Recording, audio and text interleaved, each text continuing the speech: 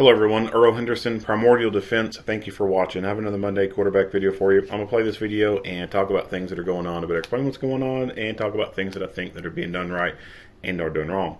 Here we go. Hello, my name is Captain Kelly Moniz, Commanding Officer of Media Relations Division of the Los Angeles Police Department. This critical incident community briefing is intended to provide you with information about an officer-involved shooting that occurred in Southeast Division in the city of Los Angeles on September. Southeast Division Gang Enforcement Detail officers responded to a shots fired call in the 11,000 block of South Broadway. Here is the 911 call and corresponding radio broadcast for this incident. Hello? Hello, police department. Yes, we need someone. I'm needing someone. Please hurry. It's 11 South Broadway.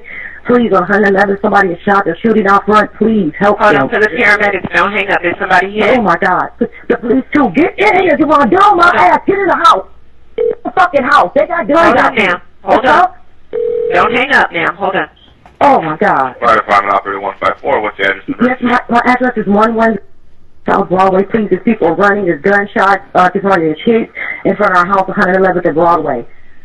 11 South Broadway. And there's a shooting outside. Is there anybody? Yes, and people, yes. How many? Do you know how many people are hit now? I'm not for sure, but it's a lot of gunshots. It's a lot. Any Southeast unit, shots fired, heard only 11 South Broadway. Suspect heard, correction, PR heard 8 gunshots outside. Code 2, incident 4748, already 1842. When officers responding to this call arrived, they began to conduct their investigation when they were directed closer to the 11,100 block of South Broadway. These officers were in the rear alley attempting to locate any possible victims, witnesses, or evidence of a shooting when their attention was drawn to a male suspect who was walking toward them from 111th Place. That suspect was later identified as Genaro Gevera. As Gevera entered the alleyway, he produced a handgun and fired at the officers, resulting in an officer-involved shooting. Gevera then turned and ran away. As officers gave chase, Gevera again fired at officers, resulting in an additional officer-involved shooting.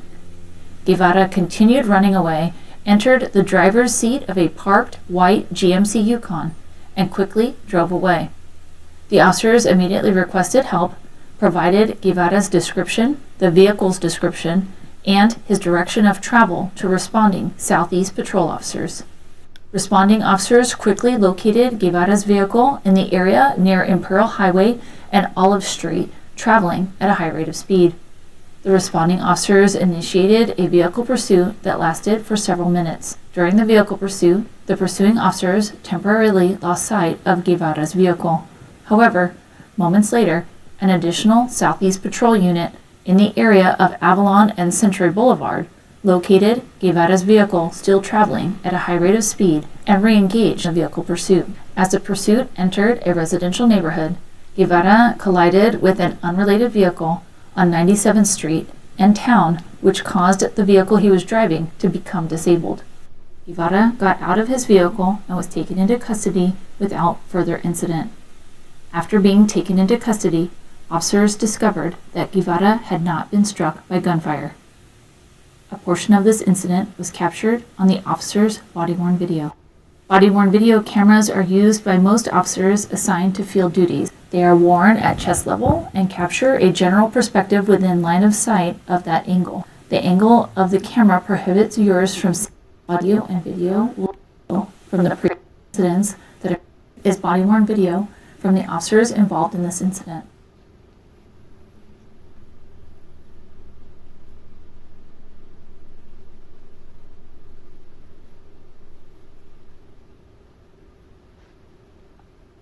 All right, so first things first, let's back this up. We can tell that at least these two officers, there's no rifles involved with them. One of my chief complaints when it comes to these videos is officers responding to gun-related calls and neglecting to get their own rifles out. If you know you're going to a gunfight, bring a rifle and bring your friends with rifles. Rifles will dominate gunfights. That will stop gunfights a lot faster. they will more rapidly physically incapacitate the threat. Pistols, I don't care what caliber pistol you've got, it sucks. 9, 40, 45, they all suck in comparison to rifle. Rifles are more accurate. You have a longer barrel, and there's more points of contact on that gun to further stabilize it and reduce as much movement as possible to make it more accurate. A pistol, very short barrel, and there's only 2 points of contact. Just a little amount of movement in the gun can throw your shot placement off. Up really close, it may not matter a whole lot. As you start to add increments of distance, even just a couple of feet, your shot placement can be noticeably off by inches, and if they're far enough away, within even 21 feet, it could be so far off that you're not even hitting the target. Terminal ballistics are night and day. Rifle cartridges are just downright devastating. The kinetic energy they dump into a target, it just allows for the rapid incapacitation of a threat. So they should have had their rifles out going to the shots fired call.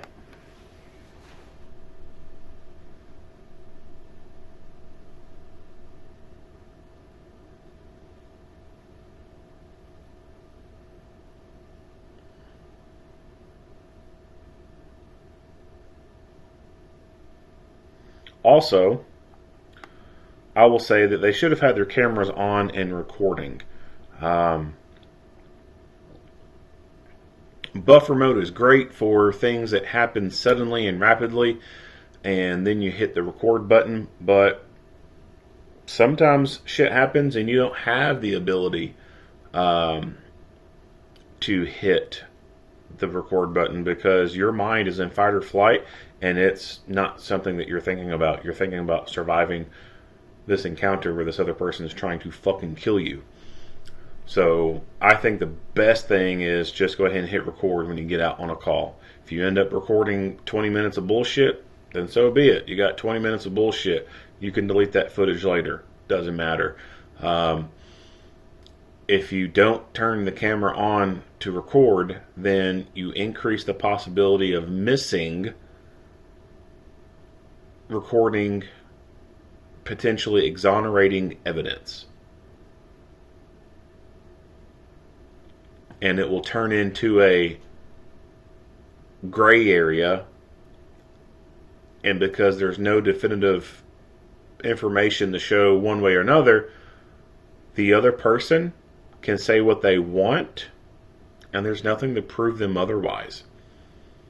Fuck, they don't even have to be alive. Their family, who was not even there at all, can say something. And there's no way for you to deny it because you don't have the fucking goddamn video evidence to back it up. So make sure the cameras are on and recording before you get out of the car.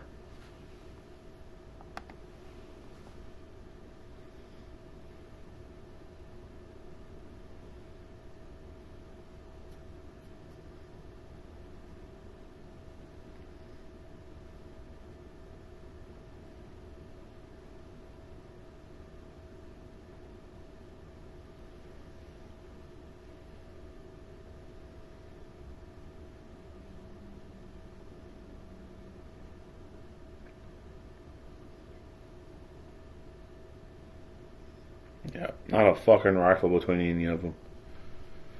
That's annoying.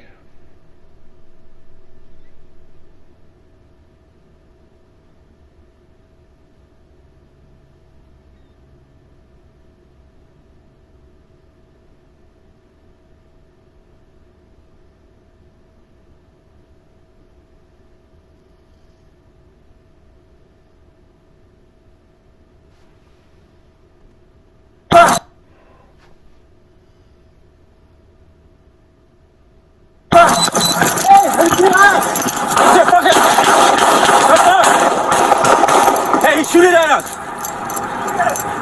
Put it out! Hey, lift your hand! Lift your hand! Where'd you go? To the car, to the car! Hey, CJ37, shots fired, officer needs help. 111 place, an outlet. He's in a white car. heading on northbound on Olive. White Yukon with no plates. A portion. All right.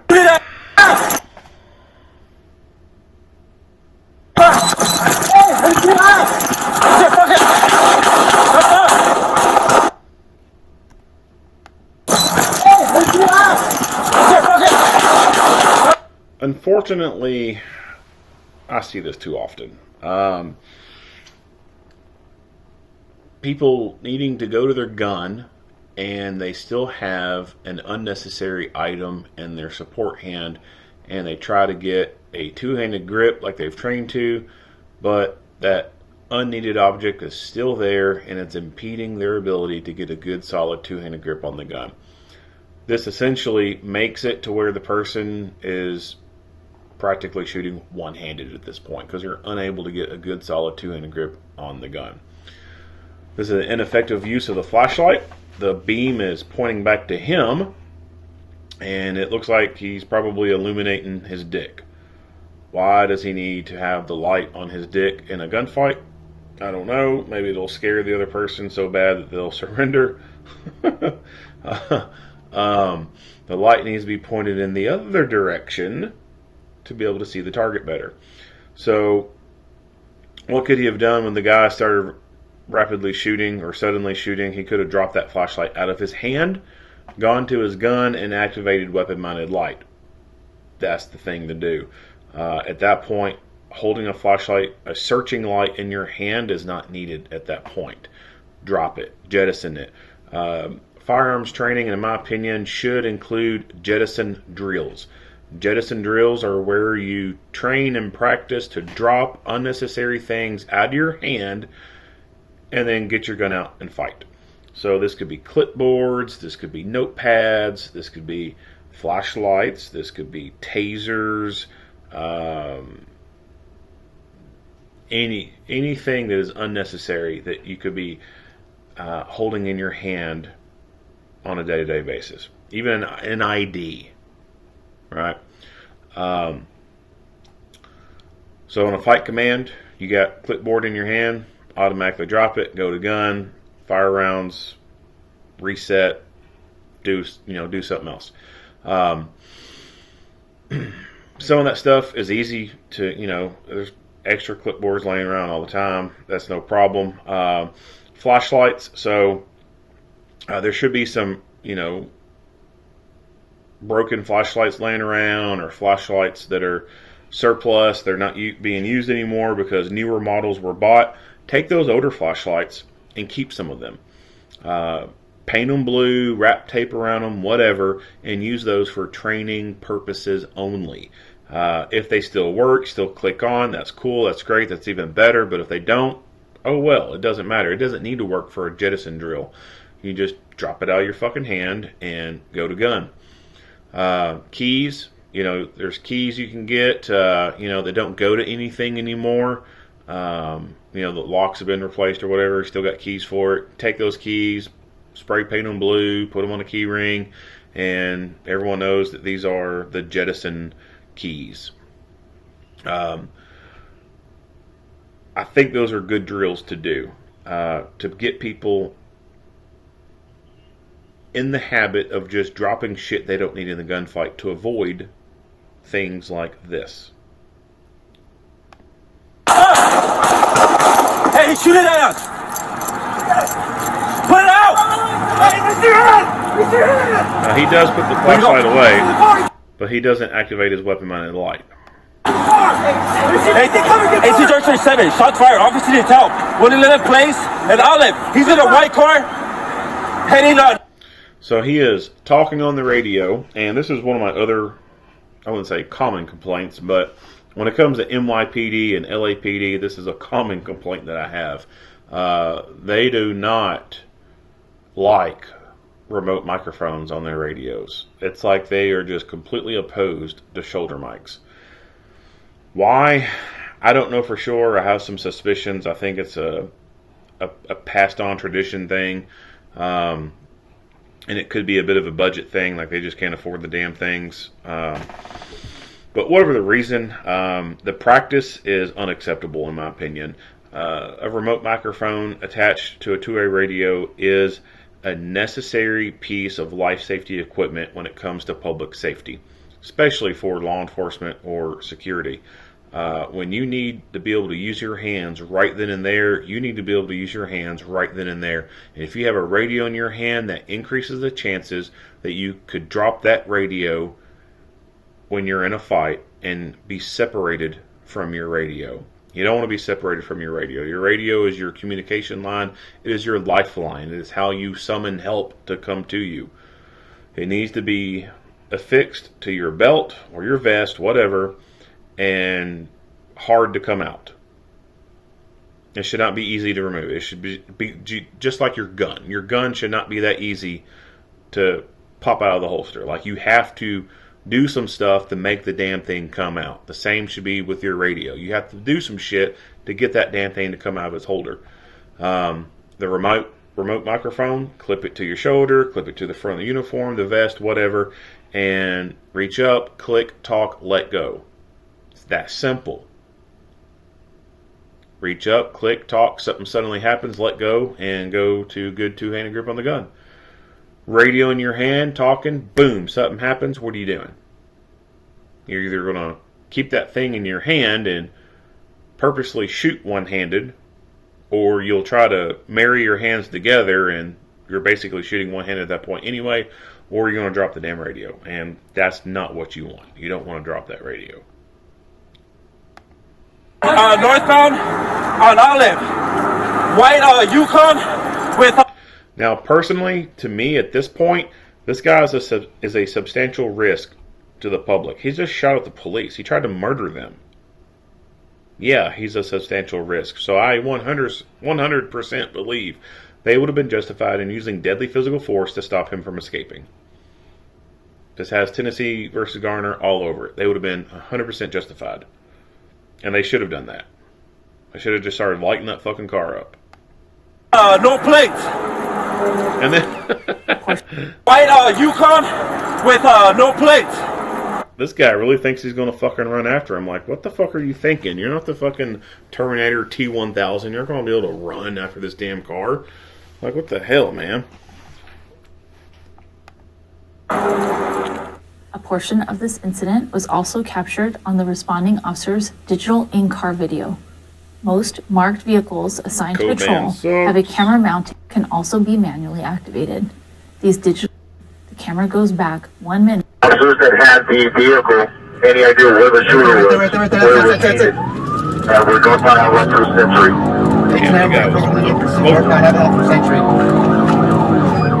Driver's seat. Copy that. Driver's seat, northbound Avalon through Colton.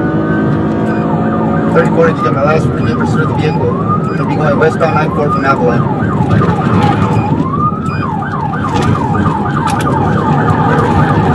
Especially, fire officer will be stand right, you can go straight fire in pursuit. It'll be on kill suspect westbound right from Avalon. Southbound town. So the contact areas for what? Airship, can you take over broadcasting, please? We'll be southbound town from 95. Slow down, there's a dip, slow down, he's gonna chase you, did he? Chase. Slow down, PTB. Look at 97th Street, south of town. Slow down. TC, right 7 south of town. Right, let's hold the bridge southbound, on town from 97. I've got a unit blocking northbound traffic on town already. Stop moving! Stay in the fucking car! Stay in the car! Hey guys, start grabbing quarters. This guy's out of the vehicle, probably gonna run. Get on the ground! Get on the ground! This man in red shirt, blue jeans, proning himself out.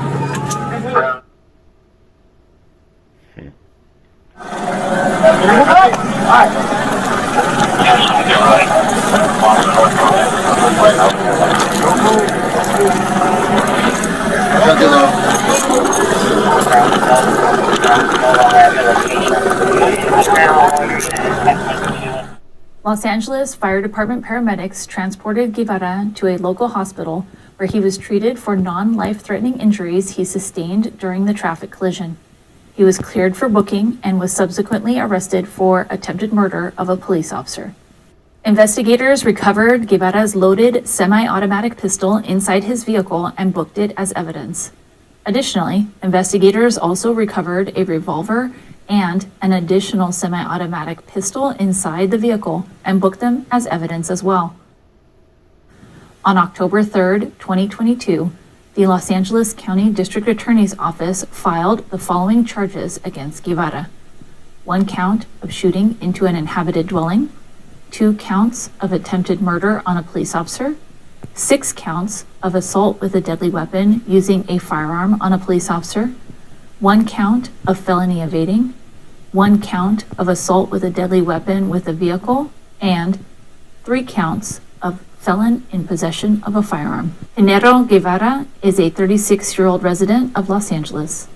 In the next several months, the LAPD will continue to investigate and analyze this incident. We will continue interviewing any new witnesses. Okay.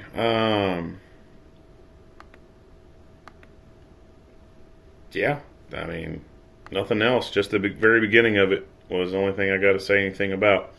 If you like what you hear and see, go ahead and give me a like and a share. If you haven't already, hit the subscribe button and stay tuned for more Monday quarterback videos. Earl Henderson, Primordial Defense, thank you for watching.